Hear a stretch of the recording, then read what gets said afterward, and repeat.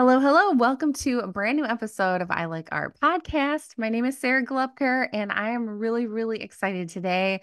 We have a lovely guest, and we are here to talk about a new form of art. And when I started my podcast, this is truly how I envision my podcast. I wanted to feature contemporary living artists. I also want to feature other people who are creative and use different mediums for their form of art and creativity. So I'm super excited. We are going to have a great conversation. I'm very excited. Her name is Bethany, and she likes to grow things on her rooftop container garden in Chicago. So instead of paint, she uses flowers and plants as her medium of choice. She also posts videos on her incredible YouTube channel about her experience as an urban gardener using only containers. And she likes to take container gardening to the next level, which 3 stories up to be exact. So, without further ado, I would love to introduce you to my guest today, Bethany Bey, the Chicago Gardener. Welcome. I'm so excited to have another Midwesterner on my podcast. Welcome, Yes. Bethany. Thank you so Welcome to much. the Yeah, show. we're actually not that far away from each other. We're not, and I know we're going to meet at some point. So, I got to know you from Instagram, and I'm trying to remember. Did I meet you on Mackinac Island? I'm gonna say no. I At don't the think so. I think you the messaged because you saw a photo to yes. ask if you could paint it. And I was like, obviously, yeah. So I don't think I met you, but were you one of the painters that were sitting around some of the Yes. gardens? Okay. Yes, at the I Grand Garden Show. probably saw you. Yeah, so I was a little fuzzy on that part because I met so many people in the gardening community that week on Mackinac Island at the Proven Winners Grand Garden Show, and I'm so sad they don't have that this year, Yeah, but it was such an amazing experience. I I think that's how I know. stumbled I across know. your I hope account. it comes back. I know. I feel like you might know somebody. Let them know, even if it's in a Yeah, no, different that was such a location. fun time. Oh, yeah. So Yeah. yes, I did find your gardens. I think it was because at that point I was becoming more connected to gardening and gardening people. And I will say the kindest, happiest group of people I've ever met in my whole life is a group of gardeners. And it That's must be what all I the was telling my sun. husband. Yes. I was like, everyone we meet is so nice all the time. I know. I wonder if it's the vitamin D or if it's the Probably. energy from the plants. I don't know, but it's true. So I'm super excited. So yeah, I did find you on there. And then you have the most awesome rooftop container gardens I've ever seen. And I did end up asking you if I could paint a scene from your Yeah. garden. And then you ended up collecting it, which was so Yeah. amazing. So I'm you so are excited. yeah, so you're one of my collectors. You're in my collector fam, and I just love that so much. So I'm so grateful for your support, and I'm really happy to chat with you about what you do. So let's go back. Bethany, what were you like as a kiddo? Were you always in the dirt? Were you always gardening? What was your childhood like? Were you always in Chicago? Tell us all the details. So I grew up even a little bit closer to you, Northwest Indiana, right by the Indiana Dunes, so the Hmm. southern tip of Lake Michigan. I was definitely always outside. That was before cell phones and all of that technology. So I was an outdoor in the yard person. What I can remember from the house that I grew up in was that we had a pear tree, an apple tree, some raspberry bushes. It wasn't like a formally designed garden, but it was just kind of normal to Hmm. have the plants in your yard that you would go and get some apples from, or our neighbors had cherry trees and they would let us come over. So I grew up with that and always wanted to have that again. And then my grandparents who lived in Maryville, Indiana, they had more like of a larger garden. They had all the rows set up and I would help him. And I definitely remember just being in amazement. If I probably went back now, the garden was actually a lot smaller than what, as a 5 or 6 year old it was in my head. So, Yeah. but at the time, it just seemed like this huge, large garden. So when I moved to Chicago in 2012, I kept thinking, well, I won't have a garden until I have a yard, because that's what I was just used to. And having a Hmm. yard, it does exist in Chicago. It's definitely not the norm. And anyone who has a yard, it's typically pretty small. So I was like, well, maybe someday I'll leave here, but that was 12 years ago now. So I'd still be waiting to have a garden. So I just Mm. started in 2019. I was like, I'm tired of waiting. I want to grow the things that I remember growing as a child. So I'm just going to do it and see what happens. Oh my goodness. So that's so awesome and definitely brings out that inner child in you. I'm pretty sure it's probably Yes, nostalgic being in your garden. It reminds you of those days, all it does. that. And I picked plants specifically that I remember. My grandpa grew rhubarb. And so that was one of the Mm, first plants I started. And I knew very little when I started. So I didn't realize that rhubarb you plant 1 year, but you really shouldn't start harvesting until 3 years. So it's also kind of taught me patience along the way. But I've picked a lot of plants because I remember them from my childhood. And it is really nice to be able to grow them in containers and not have as much of a limitation as I expected with the plants that I truly want to have. mm-hmm. All right, now, are you going to be where you're at for a while longer? Because I'm picturing in my mind the logistics of like, Oh my gosh, well, I that don't even would be want to think about great. that. Never mind. We'll No, skip no, that. no. No, so this, I'm hoping that's the plan. So this is our first time like that we purchased a place together.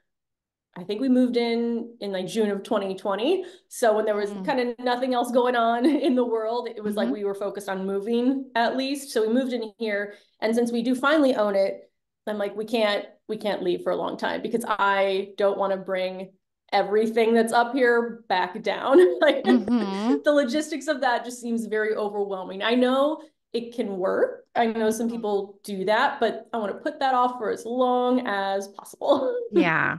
Well, Yeah. and you can have friends that help, right? So, Yeah. all right. In you have two gardens. So you have, Yeah. yes. So you have two rooftop decks, correct? Yep. Yep. They're both roughly 20 by 20, a little bit smaller than that. One's on the front of the house, faces the street. That gets the west full sun. Then we have the one in the back that gets the east full sun. My initial plan, and I think what I did for the first 2 years here was to only garden on the front deck, which is actually right out the windows in the office I'm in right now. And because I didn't want to take over all of the outdoor space that we have. And then last year I just started taking over the back deck too. I mean, you can still sit, you can still use it. My husband enjoys that there's plants out there, so I don't feel Mm-hmm. too bad. But once you start gardening, I feel like every year it's just more and more plants that you add in and find space for, and it definitely takes over. Mm-hmm. Yes. Ooh, that rhubarb, that really struck a note with me because my grandma always had rhubarb. Yeah. And we don't have a vegetable garden, but we buy a CSA from my friend who has a very large garden. She does all organic practices and she has rhubarb. And every year when I make something with that rhubarb, when I get my basket of veggies from her, it just brings me right back to my grandma's Yeah. kitchen. And that is just so special. So I can only imagine the growing part though. That's like one more level of nostalgia and memory and honoring your family. I just think that's so beautiful. So thank you Yeah. for sharing that. You did describe your rooftop gardens, 20 by 20. It's so hard to tell size, right? As far Yeah. as like I see you on Instagram and I've had people come to my studio and they always say, "Oh, it seems bigger in the video." And my studio is a 15 by 15. So but you can get a lot accomplished in a small space, as you show so beautifully. Okay, I want to ask you, yes. So what motivated you? You were home in 2020. You Hmm. also have another, this isn't like your full-time job is not content creation, but what motivated you to share your gardens and your knowledge? And how is that content creation fulfilling for you? So I guess we can skip that second part, but what do you enjoy sharing the most? What motivated you to start? I really love seeing all of your, and I can give you my feedback why I enjoy your content so much. So why don't you go ahead and answer? Oh, that makes me happy to hear. So back in 2019, when we were still renting, we were only in that place for about a year. And that's when we first had a deck and outdoor space. And so I think at that time I had maybe 2 or 3 grow bags and a very small raised bed that we did end up moving here with in 2020. But I work from home. I've worked from home since 2015, I think it's been doing digital marketing. So it's very easy for me to pop in and out throughout the day to go into the garden. So that's Mm, when I decided in 2019, let's try to grow some stuff. hmm I work using Google and YouTube. So I'm like familiar with the platforms in general. And Oh. so I just started Googling everything and watching all the YouTube videos that came up. I definitely started with, I don't know how many gardeners you follow on YouTube, but Garden Answer, Mm-hmm. Epic Gardening, The Impatient Gardener. And I've Mm-hmm. actually met some of them now, which is nothing I ever thought would happen. And I've learned so much from them, but there wasn't anyone I could find that was just containers. Like they might show potting up, Mm.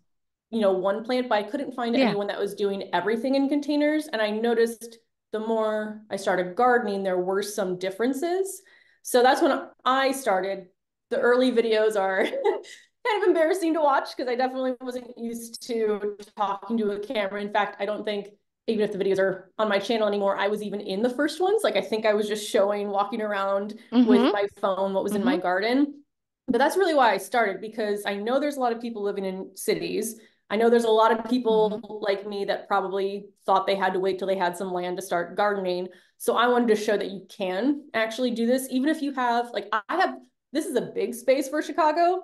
And I know some people only have maybe like 8x4 spaces, but really you can Mm. grow anything you want if you do have some outdoor space. So that's why I started because I wanted to share specifically container gardening. I couldn't find a lot that was available. So I was like, I'll just start doing it myself. Mm-hmm. Oh, I love that. And I think even if there was somebody who had a container gardening YouTube channel, there's something special about you, what you do, what you're drawn to. Your methods might be different than somebody else, but that's so cool. That's just, yeah, figuring out that there's that niche there for just for you, and I love that. Yeah. And it's so I'm so excited to talk to you specifically. I wanted to have gardeners on my show, and you're my first one. And I love the Oh, accessibility of starting with containers. So I do have. We planted a flower garden, or it was some veggies and some flowers in 2020. And it was we have like a mowed grassy field next to our pole barn here, and the grass just completely, it was like war, right? It was like me versus the grass. And the amount of grass that encroached on this, this plot of land that we tilled up, it was such a job getting rid of all those weeds. And I know there's a lot of things that I could have done better, but I love containers because, yeah, obviously it's above the ground. So even if you have land, this is such a great entry point to gardening is starting with container, right? yeah. And that's actually something I've thought about quite a bit is if we ever did move somewhere and we did have a yard, even though there are limitations with space and containers, I think it's so much easier because Hmm. it doesn't like I don't know the quality of, the soil down at ground level because I don't have to worry about that. I use potting soil, which is made for Hmm. plants in containers. We don't get a lot of weeds because the plant usually takes up most of the space in the container. So there's so much that I feel other gardeners have to deal with. And then sometimes I feel bad because they'll ask my advice. I'm like, I don't know. I don't have to deal with that in my container garden. So even if we had land, I'm like, would I want to grow everything in ground? Or I know some people that do have yards, but then they have like the elevated beds that I have, but they have Hmm. them on a cement patio or on Hmm. gravel or even just in the yard. So I think even if I had a yard space, I would still do a lot of container gardening because there are so many benefits to it. Like just so Yeah. many unknowns that you deal with in the yard, you don't deal with in containers. Hmm. That's so true. Yeah. Okay, I want to reverse before I go forward here.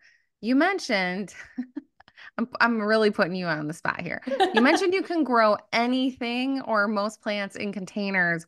What are some crazy things that you've grown or you've seen other people grow in containers that we would never think is possible? Because to me, it's like vegetables, cherry tomatoes you could do or peppers, but what else? Flowers, vegetables, what do you got?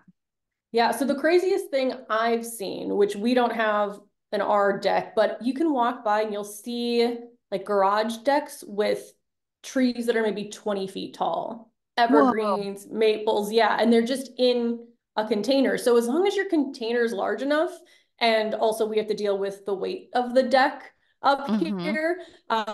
So you do have some limitations in terms of do you have a container that's large enough? Can wherever you're growing handle the weight? But if you have those two things, you can really grow anything. There's a restaurant in Chicago that has a giant tree in the middle of it that's grown in a pot.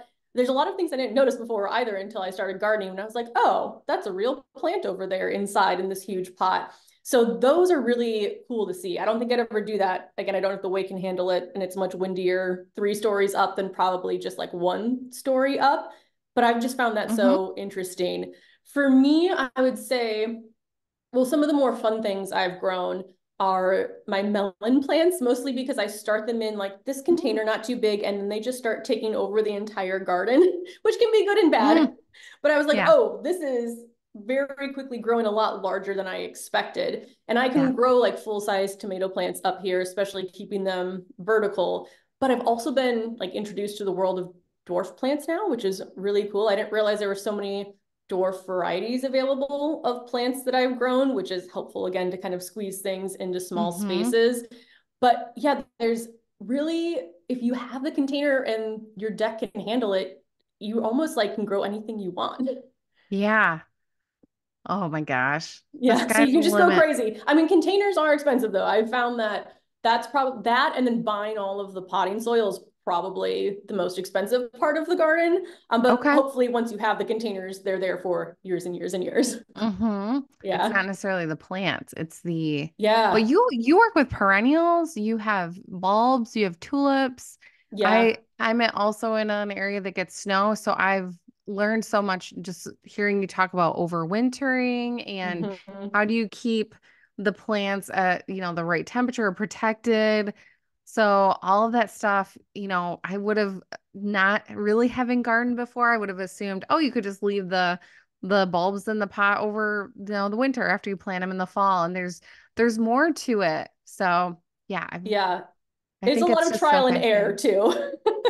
Okay, Yes. this didn't work this winter, so then I adjust for next winter, and then part of it worked, part of it didn't. And I used to not want to share that because I didn't want to show that I don't know what I'm doing, but I Mm, often don't know what I'm doing, and I found that that's actually the most helpful information to mm, share. And I've never been judged because I didn't know what I was doing. I think that's what my fear was at first, kind of sharing my garden. But no, everyone kills plants in the garden, no matter how long you've been gardening. But mm-hmm. there's so many things that I did not know when I started, and I've just learned trial and error or experimentation year after year. And it's kind of fun because then I can like look back and say, okay, this worked. I'm going to carry it forward. This didn't. Trying something new. Mm-hmm. I think it's so interesting to hear you say that because I just assumed it's so nice to have that authentic voice and to admit and to share. And it does build community too. So I'm sure you get comments and feedback, Yep. well, this worked for me, this worked for me, that also didn't work for me. So that's just such a cool conversation, right? You can have so many conversations about all these little like the nooks and crannies of what you're doing. So I love that. And then I had another question for you. And forgive me if some of this is in your video content because you No, have a it's great. vast library of videos. I'm just thinking off the top of mind, how would I know if my deck can support how much weight and is there a math calculator? Do I need to get an engineer to look at my deck? How do you do that? Yeah, so it would have to be if you don't know or have contact with someone who knows. Luckily for us, the previous owners, we were able to get in contact with their contractor. So he told us that our deck is 100 pounds per square foot. Okay. If we hadn't had that contact though, what I learned from getting into all of this is it's a structural engineer, Hmm. and we had contacted them before we realized we had information from somebody who knew the house, but they would have had to go into the room below the deck, cut into the ceiling, I'm trying to remember all the details, see how thick the beams were, how far apart they were spaced, and then they would do the calculations that way. So that Okay. would have so if you can like easily get under your deck and have a structural engineer see it, I think it would have been a fairly quick process. But because the deck is on our house, like it's like, oh, okay, well, there'd be a hole in the ceiling, you have to pay to get that fixed. So we were very thankful that we knew somebody who had that information. Okay. Oh, that's Yeah. good to know. And if you're living in Structural. a building that's like a large building, a high rise, hopefully I would say the management company should know that information. Mm-hmm. Yeah. Okay. Okay. Well, that's good to know. Thank you for sharing. Do you want to talk about your day job? a little bit more, or you work in the digital space. So I'm a little Yeah. intrigued. Yeah, I still find it very exciting. So I majored in marketing in college. I graduated in 2008, and I don't remember having any internet classes. Like there were no marketing classes about marketing on the internet, which is crazy because 2008 doesn't seem that long ago, but it Right. was like I was still taking a notebook to class and Mm-hmm. writing with a pen to take Yes. notes. So I kind of just fell into an open position in digital marketing, had never heard about it before, knew what it was. Google was not relatively new, but still much different, much more basic than it is now. Mm-hmm. So my job was at the beginning to write ads for Google. So if somebody searches for container gardening, I could bid a certain amount, whatever I want on that search term, and then write an ad that shows up for people that are looking for that. So it was very, now it's much more complicated, but it was very basic at the beginning. And then new platforms became available. So, Google bought YouTube. So now you can run ads through Google on YouTube. Facebook had ads on their platform. They now know Instagram. So you can run ads on Facebook and Instagram. Basically, any social media platform now has ads like Pinterest, Mm-hmm. Mm-hmm. anywhere, Quora. So that opened my eyes to one, just how the platforms kind of work behind the scenes, which is Mm-hmm. really interesting because I never, when I was Googling stuff before, I didn't know what was an ad, what wasn't. But it's also been really helpful with now creating my own YouTube content to understand keyword research, because Mm-hmm. there's tools that you can use to see, are more people looking for container gardening or gardening in pots? And then that can help determine what my YouTube video is going to be called, because I know certain people are searching for one phrase more often than the other. So there's a lot of crossover, which has been really Mm-hmm. interesting. And I do like now that I'm able to see both the placing of the ad side of it and then also creating the content side of it. And I think that's kind of a unique perspective that I definitely didn't have before. But I really enjoy knowing how all the platforms work because it was helpful getting started on my own. Wow. I know. This is blowing my mind. I feel like you could teach an online course on this for I real. I actually, well, sort of used to. One of the agencies I worked at, part of my job was traveling around and teaching people Google Ads in person. Mm-hmm. And that was really fun. I was there for maybe 4 years. Like I got to go to the Google offices. Now I obviously work from home and there's not as much travel because I feel like my mindset kind of shifted. Maybe it's just going from 20s to 30s, where in the 20s, it's like, I want to be traveling all the time. I want to see new places. I want to go do new things. And now in my 30s, I'm like, I like being at home in my garden. So being able to Mm-hmm. just work from home, travel isn't really a part of my job anymore. I can hop out to the garden, come back in. I also really like the flexibility of working from home. I don't know if I can ever go back to an in-office job Mm-hmm. because it's Mm-hmm. just, well, flexibility, but then, I don't have to like wake up and get ready for the day and eat my breakfast before I commute. It's just, I don't know, it's a lot Yes. easier, I think. Yeah. Mm-hmm. Because a lot of people say, how do you get so much done in your garden? I'm like, well, I can pop out for 20 minutes, in between a call and then come back in. So it's really nice because it's literally 10 feet away from me. Yes. Oh, what? That's just so amazing. I know. My studio is near Yeah. my home and it's the best thing ever. It's so, yeah. Yeah. It's so convenient, and yeah, when you get to work in your garden, that's like even better. I love that. And I Yes. definitely think that it's just cool how you're using those skill sets and you're translating it into your YouTube channel and your content and how they all work together. I think that's so awesome. And just really, I'm just so intrigued by all of that. This whole topic, I feel like we could keep going. I I also could talk about graduated. digital marketing for an hour, but Yeah, I know. And there's creativity there too, for sure. So, yeah, and I graduated in '05. I minored in business, and you're right. The business college classes that I took did not talk about the internet very much. I remember, Oh, I think it was my marketing class talked about how e-commerce was going to be like the new thing in the future and applying that yeah. to my art degree. And I was thinking like, I don't know if I can visualize people buying full-size paintings on the internet, and that's what I do now. So it's just so interesting, even, with video content, how I don't even know if we really Yeah. conceived how powerful that would be back then. But Yeah.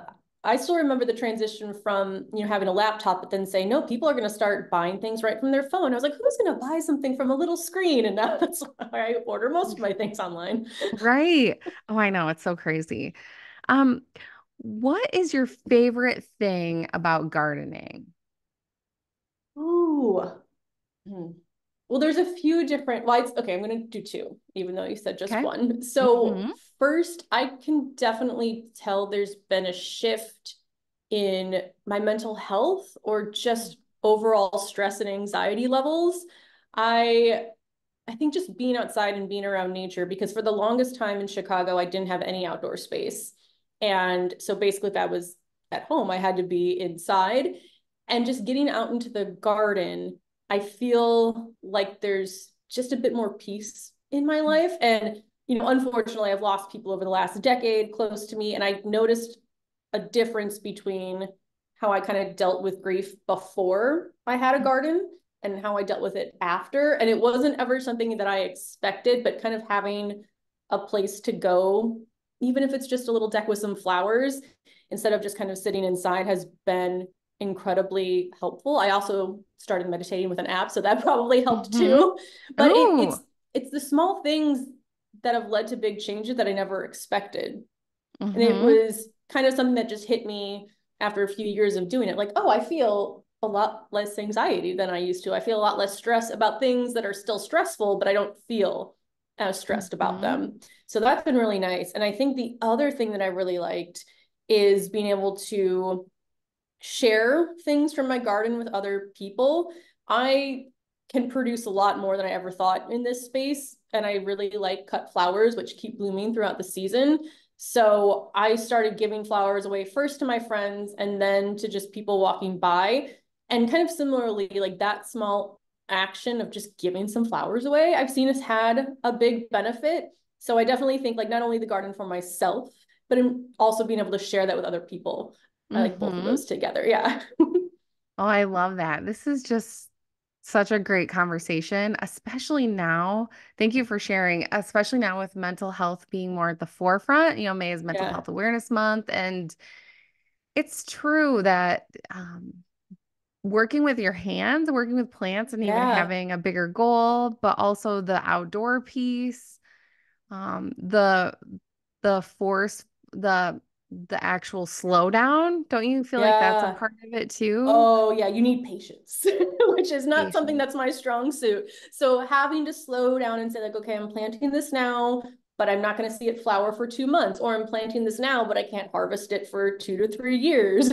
Just kind of Mm-hmm. slowing down a little bit and letting nature do what it's going to do, and things are kind of just out of your control. Mm-hmm. I think that even for families, for kids, especially now Yeah. with the instant gratification piece of, like you said, online shopping, you hit the button and it shows up Mhm. tomorrow. Yep. But then to have that delayed gratification is so good for all of us. So, are you familiar with Mel Robbins? I'm not. I Oh, don't think you're not. so. Although the name sounds familiar. Okay, she's in the self-development world, but she's like amazing. I recommend Mel Robbins. Like a lot of that stuff, I'm just like, I don't know if I care about that as much, but her books, and she has a podcast, and Okay. I will send you a link to it, but she Thank actually you. had an episode come out on Monday or Tuesday about this exact thing, about how being outside and how that physiologically affects us and in a good way Yeah. and the time away from screens. She interviewed is a a doctor who is in neurology, and he is all about there's just so much data that he is researching about our effects on screens and all that, and the power of being outside, being present, being mindful, being amongst nature. And it really touches on what you were saying. So I will have a link to that in the show notes, and I'll also send you that episode, Beth, because I think you I would would really like it. love that. Yes. And then not to plug my podcast, but I did also interview her name is Katie Lila, and she has a show on this new network called Bloom TV. And Ah, she uses flowers as her medium. And she talks about how working with plants and flowers has this energetic effect on her. And it's like the energy transfer from plants And I think that you would really like that. But that I think is episode, it's like 3 or 4 episodes back, but she has a show Okay. called Follow the Blooms. And you can subscribe. There's a link in the show notes of that episode to have a free month subscription to this network. And it's all about you could actually pitch or put content on there. It's like a YouTube, but it's curated for gardeners and for people who work Oh, with plants. There's artists on there who do painting tutorials on how to paint flowers. There's a chef on there who cooks with flowers, and you would really, I think it'd be a really cool connection for you. oh, I But definitely need to look that up. That sounds so cool. yeah, so and she does these cool flower installations with local flower farmers, and then she gets a local artist involved, and she's such a neat person. So anyway, but yeah, that whole how plants affect us and our mood, I think that we need to be thinking and doing more of that, right? In the future. Yeah. So good. I feel like I could chat with you for so long. So I'm like, what question do I want to ask you next? Okay. Because I look at your amazing rooftop gardens and I have a deck and I think, gosh, this is like the most amazing thing. Even when I go to a garden center, I walk in and I'm just completely overwhelmed. My brain just Yeah. goes crazy. It's like I don't have enough room in my car for all of the things I want. So, what kind of advice do you have for someone who would like to start gardening, but they also feel overwhelmed and have no clue how to start? Because I just assumed that you just brought your SUV to the garden center and had a one time shopping trip, but now that I get to know gardeners, I don't think that's the case. No, and I definitely remember feeling overwhelmed. Now that there's still so much I learn every year, but I also look back and I'm like, wow, I really knew nothing, 5 years ago. So I can't believe how much I know now. I will say one of the things that I was very lucky with is at the garden center that I first went to. I think I actually first went to them for house plants and then more for gardening. It's Gethsemane in Chicago. And their staff, which also I find the staff at most garden centers really nice and helpful too. Hmm. But their staff, I was like, here's what I have. What do I do? And they kind of walked me through, okay, how much light do you get? What size of containers? Here is what we have for you. So that was really helpful.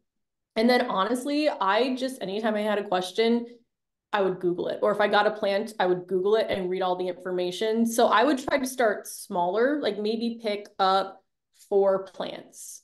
Or Mm. if you're doing vegetables, vegetables that you really like start with a tomato plant and a pepper plant, whatever it might be. Or start with some flowers that you think look really pretty and get to know those flowers. And then each year, and that's kind of what I've done each year, I add something new. So I have kind of my tried and trues that I really love and need to have every year. And then I add in new plants. And actually, I'd say I probably grow fewer types of plants, but Hmm. more varieties of the plants that I really like. So, like, I used to grow maybe 20 different flowers, let's say, and now I know I really like zinnias. So I might have, instead of Hmm. just one type of zinnia and 19 other flowers, I'll have 10 types of zinnias Hmm. instead. So I start to know what I really enjoy year after year, keep what I like, don't grow again what I don't like. And that's another thing too. Don't feel bad about getting rid of a plant, even if it's a perennial. If you're gardening in a small space and you don't love it and it's just taking up room, or even if you garden in a large space, it's okay to get rid of it. It's okay to Yeah. say, like, I just don't think you fit here, and either give it away to somebody, or it makes me feel better if I like chop it up and then like sprinkle it over my bed so it's still part of the garden. So Oh, definitely, yeah. yeah, don't feel bad if you don't love something that you have to keep it just because it's in your garden. But I would say, yeah, start small and then every year kind of add on a few more plants as you get used to it. So for me, it was nice that I kind of started with just one raised bed and now I have Hmm. 6 because I could only fit what I had room for. So that Hmm. was really nice. So yeah, start small and then kind of work your way up, but also talk to the garden center people. That's such great advice. Yeah, starting small, also for an investment standpoint, because if you Yeah. go crazy, then it's like all the pressure is on, right? To keep everything alive and take good care Yes. of it. And then if things go bad, then you're gonna feel bad. Yes. Okay, so the zinnias, I'm really jealous because I know what zinnias you have. You scored on the beloved, right? The Floret Farm, Yeah. the metal. I can't wait to see those. I can't Oh, so wait to see excited. them bloom in your garden. They're going to be I so feel like gorgeous. I've never been more stressed over seeds because I was like, I can't mess this up. These are going to be beautiful. I need to make sure they all survive, and they all did. So I am so excited for those, though. Seed starting is also where you can find so many more varieties that aren't available at the garden center. That can be overwhelming. So I'd say if it's your first year, it's probably a better bet to go to your local garden center and get Mm-hmm. plants. Mm. But then once you get more comfortable with it, I mean, seed packets are a lot cheaper because you get 50 to 100 seeds for, a couple dollars. And then you can find varieties that would never be available at your garden Mm-hmm. center. So it is more cost effective, but it can be overwhelming at first. So I'm glad I started with transplants, plants that the garden Mm-hmm. center took care of for a few months, and then I just plopped into my garden. But I do love seed starting now. Oh, that's such a good point because when we did our garden, we started all from seed and I was kind of totally naive to the whole process, honestly. It's like you said, when you start and you don't know what you're doing. And it was Yeah. like, oh gosh, why didn't these seedlings survive when I planted them in this huge plot of land? Probably because they're so teeny and they needed more time before I planted them. But anyway, that is just so good. I think that's such a good point is starting from plants versus seedlings and Yeah. I know you do such a beautiful job of sharing that process in the winter, which is so exciting to see when other people, it's like, I don't know if I would have the capacity right now to do that, but it's so fun living vicariously through you. I think that's part of the fun of digital content is like, I don't have to do the whole setup. I can just watch you do it. But Yeah, follow along. it's And that's one thing that it's so nice once March kind of gets here because it's like, okay, I could start doing garden stuff again, even though it's still cold outside and nothing's actually growing in the garden. I can still start doing things for my garden now. yes. Oh, it's so exciting. Okay. Thank you for your advice. I think that's so good. Okay. You're also continuing your education. And this is the part where I'm not well Yeah. versed in exactly what you're doing, but did see you drawing and I was really excited about that. So Oh, tell us, yeah. yes. Okay, so I'm doing kind of two different things. The drawing class was a class I just signed up for through the Chicago Botanic Garden. We've been members there for a few years, but I never realized, I mean, they have hundreds of classes and Mm, classes just constantly throughout the year, both online and in person. So you don't have to be in Chicago to take their online classes. And I think it was from January to March, which again, I'm just kind of stuck inside. It's dark at 4 p.m. They did a weekly, it was 7 weeks of botanical drawing class. And so, because for me, and you're an artist, so maybe it's not surprising for you, but for me, it was one of those things where it's like either you are good at drawing or not. Like it's not a skill you learn, it's a skill you just have. And I learned so many things like, oh no, if you like use this tool and break down parts of the drawing, and then you can mm-hmm. use this tool to measure from here to here. And I was like, I didn't realize there were so many, I guess, tools that you can use to actually become a good drawer. And I was like, Yeah. oh, okay. So it's not just something that you're necessarily gifted with or not. It is something that you can learn over time. Mm-hmm. So that was really fun. Mm-hmm. And again, kind of getting me involved with plants when it's still winter. We would go to the grocery store, get a flower, and that's what we would draw Mm-hmm. together in class that day. So that was really fun. Yeah. Do you feel like you're gonna start drawing now, or do you have more of an appreciation? Where are you now that the class is done? Yeah, well, so in my head, I was like, you know what I'm gonna do when my garden is full? I'm gonna sit in my garden and draw my flowers. But then I know realistically, I'll probably go out to the garden, do a bunch of like maintenance things in the garden, and then it's dark and then I'll sit and draw. Because being Mm-hmm. still in the garden is one of the hardest things for me. Because I'll always see like, what's that pest over there? Why does that plant look like it's starting to droop? And I just find things to do. So I Mm-hmm. would love to just sit and draw more because it was so relaxing. We Mm-hmm. would have the class, which was 3 hours, but then there was homework every week. And you just kind of Mm-hmm. get into a flow. I also Mm-hmm. learned about the different types of pencils. I had no idea that that existed. So that was really fun. But I'm definitely going to take some more classes in the winter. So we'll see if I actually do draw any in the summer. The summer just gets so busy. But the winter, there's Yeah. so much free time. As soon as my garden is all put away, I'm like, what am I going to do with these extra hours every day? Yes. Yeah. I have opinions about drawing. I think this is awesome. Um, so there's the physical, it's like your fine motor skills. There's that part of drawing, but then so much of drawing is seeing and observing and looking. And because you're a gardener, you already have so much knowledge about, you know how many petals are on a specific flower. Some flowers have 5 petals. You probably know Yeah. that.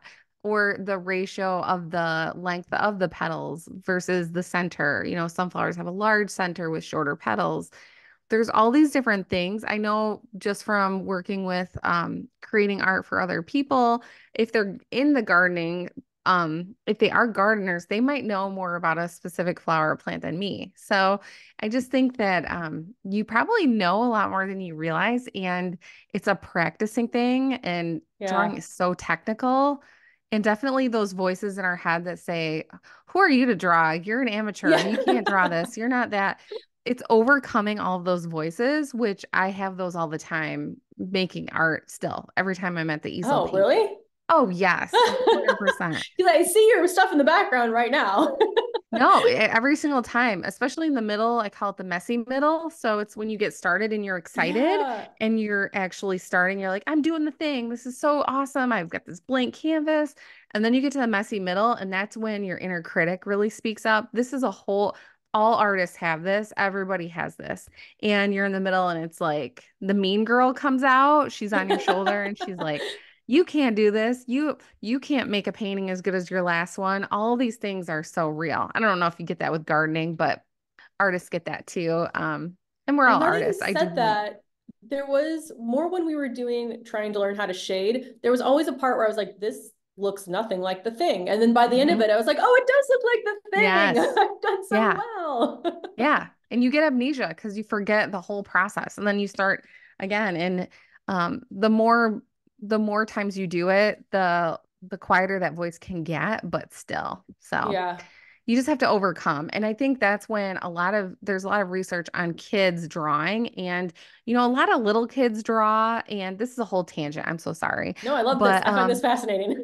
around adolescent teenage years, when that inner critic voice is already present, they're worried more about their appearance, and that's when a lot of kids quit drawing, because you see in a Oh, kindergarten class, you have all these kids going to town. It's like, draw a horse, and they're all like, yeah, I can do that, and then they draw it.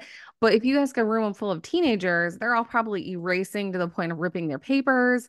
Yeah, so there's definitely. And then as we emerge into adulthood, some kids are given that feedback that they're good at art, and so they will continue because they get that validation. Other kids, somebody might say that they can't even draw a stick figure, and then they stop. But um, yeah. and there's also, I heard from somewhere someone say your drawing ability is at the level of when you stop drawing.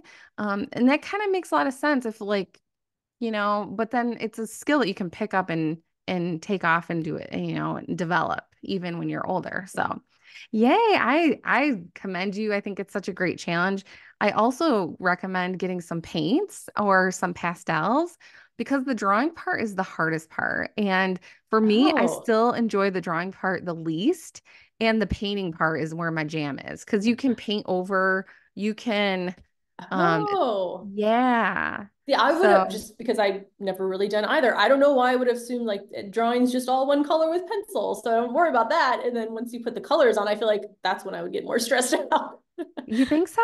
I wonder. I wonder if you would feel more freedom. I don't know. Maybe. But So do you draw everything you paint beforehand? Or is mhm, that, oh, see, I never knew all that mhm. stuff. Yep. So, but a lot of times, so I love the painting that these paintings are all acrylic behind me. And I love acrylic because you can paint over. So instead of Oh, watercolor, which is not as forgiving, if I've you been had told acrylics, watercolor is not the easiest one. So like avoid that at the yes, beginning.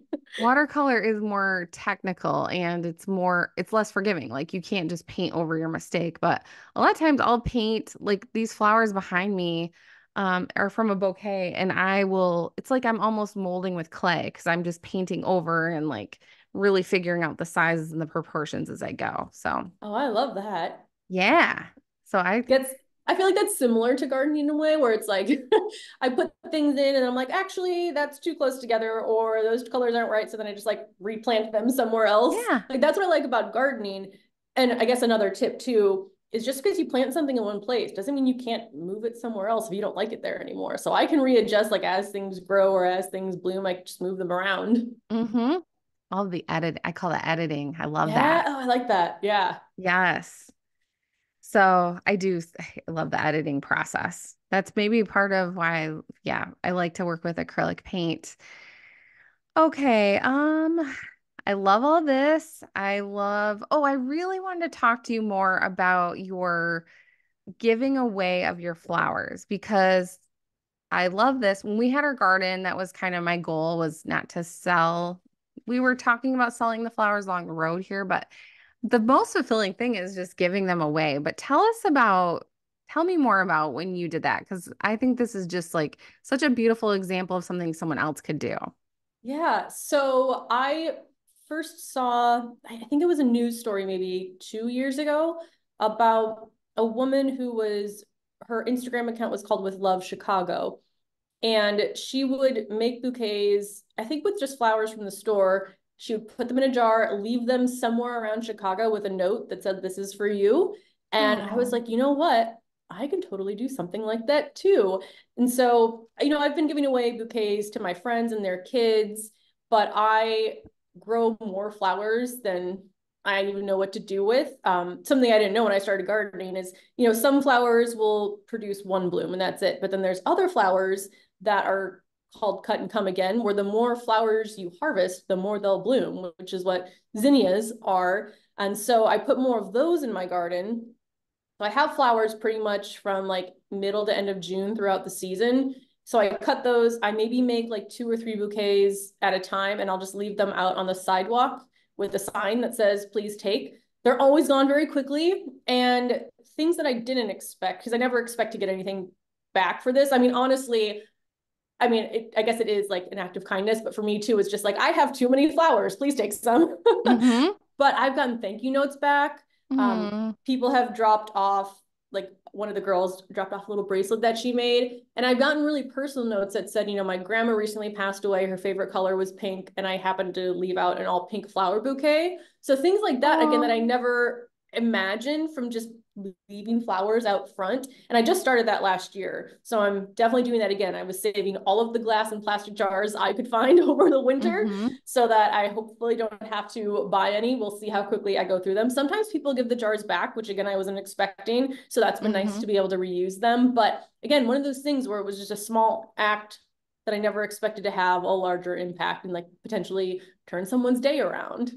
Yes. I remember you sharing this and I thought, this is what we need, right? Yeah, yeah. And I love that so much. I even think as an artist, it's like some artists have set up these like free libraries where they put small miniature pieces of art Oh, for that's people to cool. take, or the free book library, but just sharing something for somebody. And those stories are so beautiful. If you could, I think that it would be really cool if you wrote them down and somehow captured them in a journal, or I don't know. I like that. I do save all the notes. They're in a little box. So that would be really fun to do. It's like you could even create a book with the Yeah, story, even of your garden and of this, and then you could offer that for people I just think it's just really now you give me a lot beautiful. of ideas. I know. It's I like, love let's have a that. brainstorming session and see what we can come Yeah. up with. There's an artist that I follow and I got to interview her on my podcast. Her name's Carrie Schmidt, and she has a story about roses and how these roses appear in her life. And it's like a nod from a past family member. I don't Oh, remember I who love it was. It that. might have been her mom, somebody. And I mean, she bought a house in Washington State, by the ocean. She's found a rose in the ocean, like Oh a my full stem gosh. rose. Yeah, crazy stuff. So I totally believe in those winks. And I think that it's just sometimes, yeah, that's just so cool. I love this so much. I hope other people can think of ways to, yeah, and it's like you could probably put a box out there and charge people, but this is probably a lot more fulfilling. So, Yeah. Yeah, and that's something I've been asked before because I usually start too many plants than I can fit. And people say, "Oh, I'll buy these from you," but I don't, at least at this point, I don't know. I don't want to grow the plants to sell them. It's like I just want to give them away I guess like as an act of kindness or just to Mhm. spread the love of plants to other people. It is something I think about, like if this becomes a full-time business, will that take some of the joy away from it? So Mm. that's something I've definitely thought about. But yeah, at Mm-hmm. this point, I couldn't see myself selling the plants as my business because it almost feels like more personal just to like leave them out for whoever wants them. Mm-hmm. Yeah. And people Love take them that. like that. People love plants. They do. I Yeah. bet you could. Yeah, that's so good. I have a bunch of jars if you want me to bring them to you sometime. Oh my gosh, I will take any and all the jars you have. Really? Okay, Yes. seriously. I was saving jars for this like a flower project and I'm just at this point it's you have to kind of pick and choose, right? So, Yeah. um it's like I don't really have time to have this big robust garden, but I can make paintings from them. Um anyway, so okay. Let's see. Do you have any other creative hobbies that we need to know about? Are you a person that has a lot of projects and hobbies, or is this like this is your jam? This has kind of taken over everything. So I would say, I mean, growing up, I definitely did draw and do more of the art stuff. And then I feel like kind of what you were saying, like in your teenage years, maybe young adulthood, or maybe it was different for you since you did go into this. But for me, it was never like, oh, this is something you could do as an adult. That's just something kids do. And I think Mm-hmm. gardening was almost kind of similar at the time. Like, oh, that's just something you do maybe once or twice. It's not like something that you can actually build Mm-hmm. into, I don't know, like a business or something you put a lot of time and effort into. So I kind of feel like I got away from the creativity that I had as a kid for a while. And then I just kind of found it again through gardening, which has been Mm. nice because I find myself doing the things that I really enjoyed doing as a little kid. Again, I just turned 38. So it like took Mm-hmm. me, a couple decades to get back Mm-hmm. there. But gardening is, oh, writing too. Like I used to just sit down and write stories all the time and then kind of got away from that. And so I've Mm-hmm. done more writing recently, just kind of sitting out and journaling in the garden especially is really nice. And then I've been trying to incorporate more of the art classes in the downtime between the Mm-hmm. gardening season. So getting the creativity back into my life has been really, really exciting. And it's almost like it took me a while as an adult to realize, actually, I can do whatever I want. Mm, Yeah. yes. Do you find that saying yes to that one creative urge to garden has sparked? Because I feel like when people listen, sometimes they think, well, I don't have time to do one of those five things.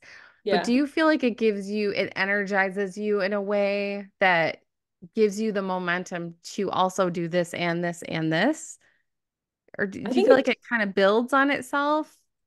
I think it definitely does because it was gardening that kind of kickstarted me into looking up like the drawing classes. And Mm-hmm. I feel like the creative things I do now are somewhat related to flowers or Mm-hmm. botanical something because I think it was a botanical drawing class. So that kickstarted it. The garden does take a lot of the time in the summer. So usually if I'm not doing all the creative things at once, it's like I'm doing one creative thing at a time kind of throughout the season, but I Mm-hmm. wouldn't be doing the drawing class in the winter if I hadn't started gardening. So it's Mm-hmm. made me realize that there's all these things that I really enjoy doing that I now should spend some time actually doing it. And even if it's just 20 minutes a day, like it doesn't have to be something where that was something I learned in the drawing class. They're like, you don't have to sit down for an hour and draw, even if it's five Yeah. minutes of drawing something in the morning. And that was something I used to think, well, if I don't have enough time to dedicate, I'm not going to do it at all. It's like, no, just go out in your Mm-hmm. garden, do something for 5 minutes, come back in, you're done. And I really like that mindset has kind of shifted in me because I do a lot more now, I feel like. Mm-hmm. Those moments where you can have like a creative burst, the Yeah. 5 minutes. Yes. Ooh, I'm so glad you said that. I think that's such a powerful thing to say and so helpful.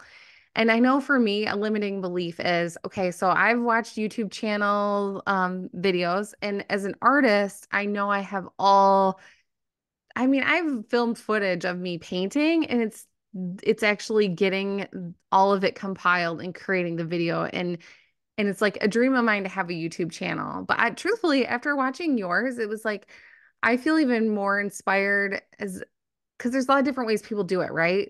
So there's some people have like so much editing and like I'm not saying that what you're doing is simple at all, but I just feel like your approachability and how you present yourself on there, I feel like is so relatable and it's definitely something where I finally felt like, oh, I could see myself doing that. But I also have that limiting belief of, well, I don't know if I have time to add that, but I want to.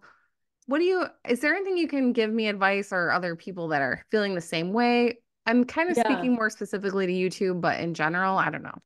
No, I would definitely say I would describe what I do as simple because I don't like, I mean, I don't dislike it, but the editing isn't my favorite part. So I just use, like, I film on my phone. I Mm-hmm. use whatever the program is, iMovie, that comes with my laptop. And I know some people get the really fancy editing and they have really cool transitions. And there was a part of me that thought I had to do that. But I just started doing, I guess, very basic editing and Mm-hmm. it's worked. So I'm realizing that I can do the parts that I enjoy. Like I can spend more time doing the actual garden, the tutorials, less time editing. And there's an audience for that. And I'm sure there would be a different audience for people that really liked a lot of editing and Mm-hmm. like bright colors and loud, fast movements and all of that. Mm-hmm. But that's not something that comes natural to me. So I just Mm-hmm. kind of stuck with what I think works for me, and that's done well so far. Mm-hmm. So I would say just do it. Just start Mm-hmm. one. You can keep it as simple as possible. I'm now up to 3 videos a week, but I think I started with like one every couple weeks and then just Okay. got into a groove of knowing how to do things more efficiently so that I can, fit more in. But yeah, I would say don't overcomplicate it is what I've realized. Yeah. I Yeah. love that. I think I'm gonna have to challenge myself. I'll let Yeah. you know what I'm doing, but maybe even like once every other week sounds so much Yeah. better. Yeah. Yeah. And I know recently you went on a trip and you went it was like a garden tour. And what I loved about that was it's like you weren't necessarily talking over parts. You were just kind of like showing bits and pieces, but it was this like so there was no voiceover. It was just like very peaceful and it did give you a sense of the space and being there, but it wasn't like because I think there's still so much room for that longer content. And that's the part where Yeah. even with Instagram, I'm like, oh, I should probably put together more reels, but it's like getting it down to 90 seconds and it's so I fast. know. And but I love that like Zen peaceful vibe that I feel like it does give it's kind of more of that brand. I love that. So, Yeah, long content is what I always enjoy too. It's much easier for me to talk about setting up an herb garden in 10 minutes than it is trying to get it down to 60 or 90 seconds because I just want to keep giving more information. And that's been another thing too, is I've realized, it's the things I enjoy, focus on the longer form content. I actually kind of miss when Instagram was more just on photos. Because hmm that I used to, I mean, I still do Instagram and post photos, but now it does seem like reels have taken over. But I used to get so much inspiration from seeing a photo of someone's garden and then kind of taking that back to mine, whereas now I feel like some of that's kind of lost in favor of hmm reels. So you do have to kind of adjust to whatever the social media platform wants at that time. But YouTube for me feels the most natural to what I like to hmm do. But I know some people that love doing the reels on Instagram, so they put more Yeah. time into that. And so hmm finding kind of like where you fit in, I think is really helpful. Yeah.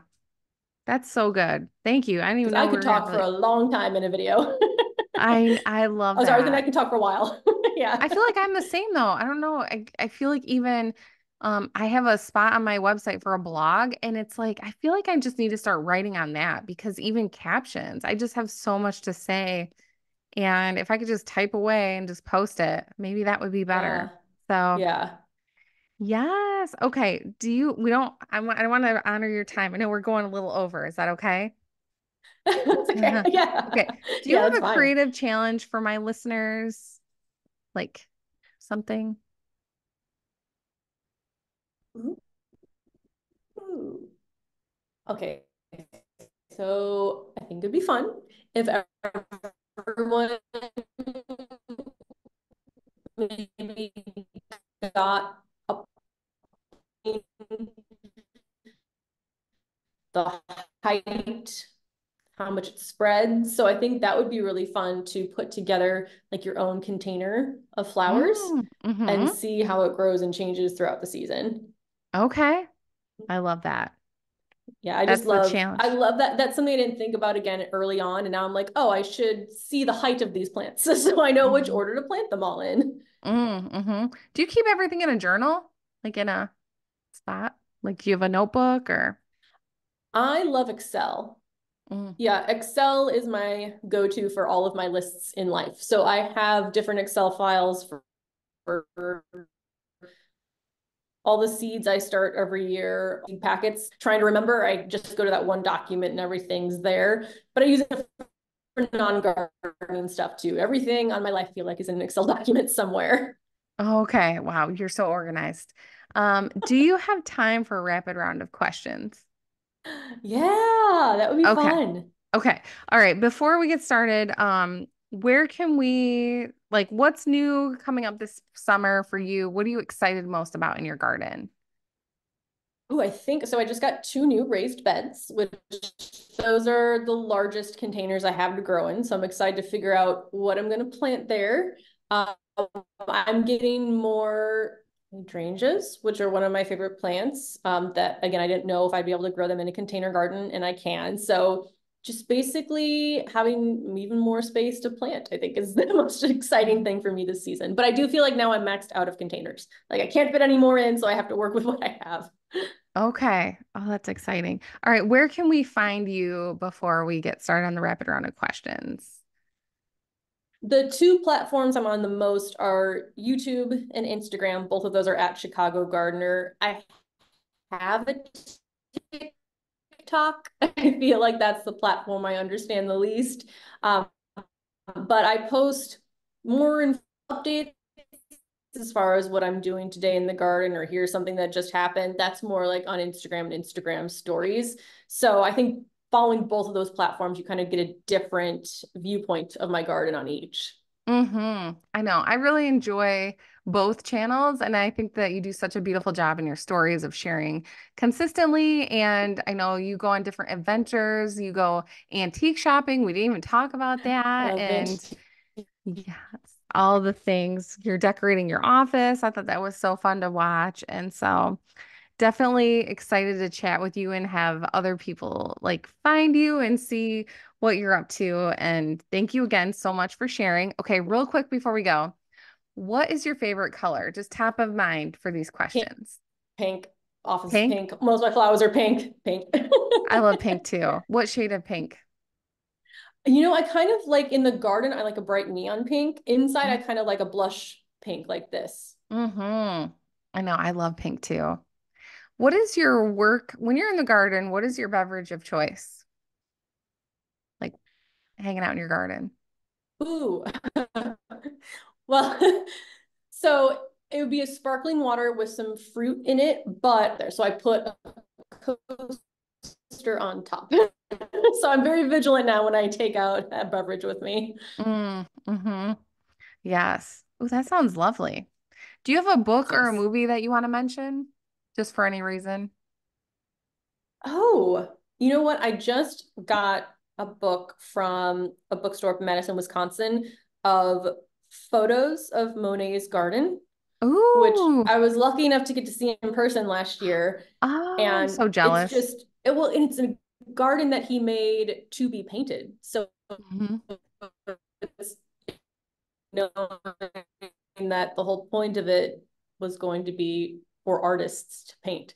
So I would say either get a book on Money's garden, or even if you're just looking up photos of it online, that garden is one of my favorites, if not probably my overall favorite. Mm, it's on my bucket list. It's like I need to get over there and see it. Oh, Yeah. sounds amazing. Were there people painting in the garden when you went? No, I wish there were. That would have been, it was kind of sprinkling in the morning. So I don't know if maybe there would be people at a different point. Luckily, it cleared up, but I think we went there mid-September. So everything was kind of still in full bloom and it was just amazing. Mm, that's amazing. Where do you get your ideas or your inspiration for your gardens and anything that you do creatively? Some people Definitely, shower. I don't know. yeah. Definitely Instagram is a big one more when it was photos, and then Pinterest too. On Pinterest, I can type in anything that I want, like inspiration for an herb garden, and then find a bunch of really beautiful looking herb gardens and then pull pieces from that as well. all the YouTube channels I follow, if they do something that I really like, then I'll kind of incorporate that into my garden. So probably social media, the different platforms is where I get most of my inspiration. Okay. Oh, that's so good. Is there something that you wish you were good at, but you're not? For me, it's volleyball or most sport things, but I feel like I'm in the same a sport type thing. I mean, part of me doesn't really care I can't do it, but I wish I could run. Like I've never mm, been a good runner. I've never been a person when we were forced to run that ever felt that like runner's high that my friends talk about. I'm like, I wish I just knew what that was like to just go mm, outside and run and enjoy it and get that feeling of euphoria that they get because I've never experienced it. mm. I used to be a runner. It takes like you have to build up to a certain level of running where it's like not hurting, you don't feel like So pain. that I've And only then had you the get painful beyond. parts. Yes, I mean yeah, it's something that you can work toward, but it takes a Yeah. while. Anyway, yeah, I get that. And then you already put in a creative challenge for our listeners, so I think that's it. I'm sure I'm going to remember something that I forgot to talk about, but it was so nice chatting with you, Bethany, and Oh, it's so thank you nice to so talk to you much for being too. here. Yes, Of and I course. do hope to come someday. See you. We didn't even talk about your garden walk in your neighborhood, but I don't Oh know my if God. that's. Oh, hello. 20th and 21st of July. Could you repeat that one more time? I just my. Oh yeah. Oh, it's fine. Our neighborhood garden walk is the 20th and 21st of July. So it's all Mhm. of the Sheffield neighborhood. Mhm. Okay. And is that open to the public or is it just for the people on the tour? Oh no, it's open to the public, so you can come. I think it's noon to 5 on a Okay. Saturday and Sunday. It's free, but if you want to buy a map instead of just wander around, then it's $10 donation for the neighborhood like nonprofit. And you will see, I mean, there are some stunning gardens in here. There's a guy that has a waterfall, like 2 stories in his backyard. What? So yeah, there are some really cool gardens that are So happening. you And it's a good mix too. Like there's some smaller container gardens and there's some like very lavish formal gardens. really? Do you get to walk? Do you walk through people's spaces or just outside? Is it like, I'm trying to visualize it. So you get, I think some people maybe would open up their place. Like for example, we can't show a rooftop deck because there's nowhere from the outside to easily come in and out. But Hmm. you can go like around into people's side yards or backyards where you've never been. If there are stairs up to like a garage deck, then you can Hmm. go there and see people's gardens. There's so many things because in Chicago, we don't really have front yards. Everything's. Hello? Can you hear me? Yeah, I can. I feel like my internet or something, I don't know. But in Chicago, you said that um people have different spaces and can you hear me now?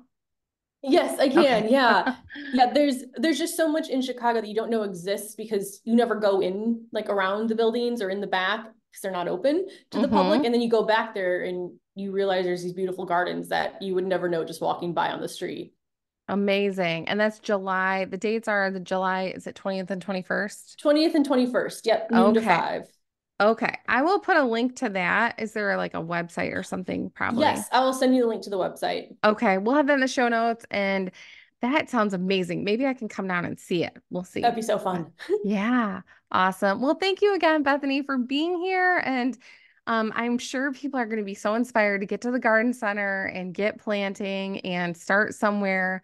I love this so much. So thank you again so much for being on the show. Oh, And thank you for having me. yes. Oh, so I really encourage everyone to go check out Bethany at Chicago Gardener and her YouTube channel. And until next time, I'll be back next week on another episode of I Like Art podcast. Thank you again, Bethany, so much. Have a beautiful day. Thank you so much Yes, for being thank here. you. All right. Have a great day. You Bye. too.